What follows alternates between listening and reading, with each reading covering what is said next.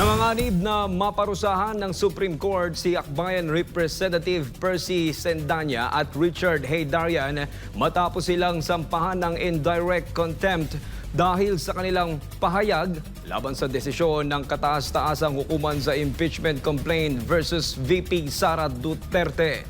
Si Margot Gonzalez sa report.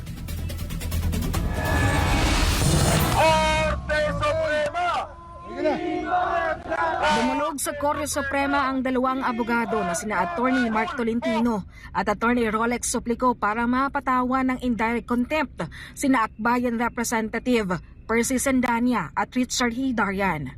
Ito'y kasunod ng kanilang mga pagbatikos at paggamit ng mga hindi angkop na salita laban sa mga maestrado. Hindi tanggap ni Sendanya at Heydarian ang pagpabor ng Korte Suprema sa pamamagitan ng unanimous decision sa petisyon na mabasura ang articles of impeachment laban kay VP Sara Duterte. Sa desisyon ng Korte Suprema na sinulat ni Associate Justice Marvic Leonen na labag ang one-year bar rule at walang due process sa paghain ng impeachment complaint. Idineklara ng Korte Suprema na unconstitutional ang articles of impeachment. Ayon kay Tolentino, bilang officer of the court, responsibilidad nilang mapanatili ang integridad ng pinakamataas na hukom kasunod ng paghain ng petisyon. For example, kay Percy Sendanya, sinabihan niya Supreme Court na Supreme Cuddler ng mga corrupt ng mga opisyales. Second, itong si Richard Heydarian nag-post sa Facebook and sa Twitter niya na lahat daw ng mga justices ng Supreme Court appointee ng mga Duterte, therefore hindi independent ang Supreme Court.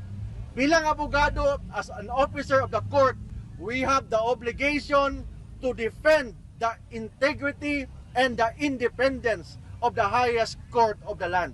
Samantalang nahaharap din sa parehas na reklamo si disbarred lawyer Larry Gadon dahil sa kanyang tuta ng mga Duterte remarks sa SC. Sinampahan ito ng reklamo ni Atty. Ferdinand Topacio. Sapagkat sinabi niya 3 beses sa kanyang panayam, ang Korte Suprema ay tuta ng mga Duterte. Siningle out pa niya ang punong mahistrado ng kataas-taasang hukuman.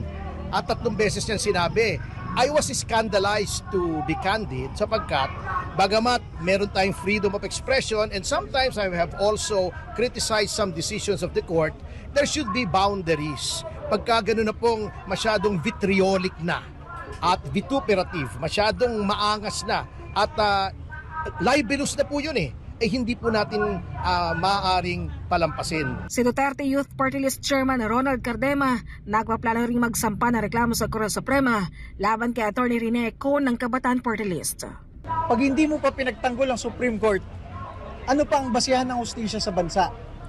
Lahat ng law students, lahat ng abogado sa bansa, ang hirap ng kanilang pag-aaral para lang ipaulit-ulit sa kanila na napaka-importante ng konstitusyon at napaka-importante ng Korte Suprema. At pag sila ay naging abogado, saan sila nanunumpa? Dito. At anong tawag sa kanila? Officer of the Court. Ibig sabihin, opisyal ka rin ng Korte, ng Supreme Court, di ba? Abogado ka ng kalaban, abogado ka ng kakampi, kayo ay merong tungkulin ipagtanggol ang Korte Suprema. Kaya doon sa naging desisyon ng Korte Suprema na sinasabi nilang unconstitutional yung impeachment proceeding laban kay Vice President Sara Duterte, makita ninyo, appointee ni Marcos, appointee ni Aquino, appointee ni Duterte, unanimous sila lahat magkakasama. Therefore, it is not a political question, political vote. Si Gadon, pumanat naman kay Topacio at sinabing gumagawa lang daw ito ng ingay para sa publicity. Hinamon ito si Topacio para sa isang singing competition. Po, kaibigan ko yang si Atty. Gadon. In fact, lagi kami nagko-concert niyan. But kasamang Larry, I'm sorry but this is no laughing matter.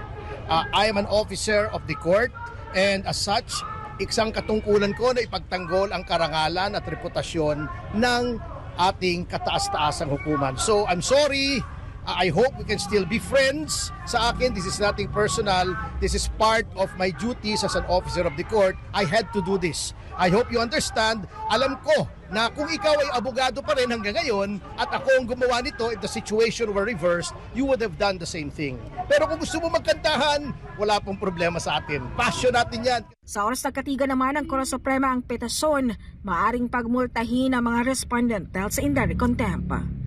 Para sa Diyos at Pilipinas, kumahal, Mark Gonzalez, SMNI News.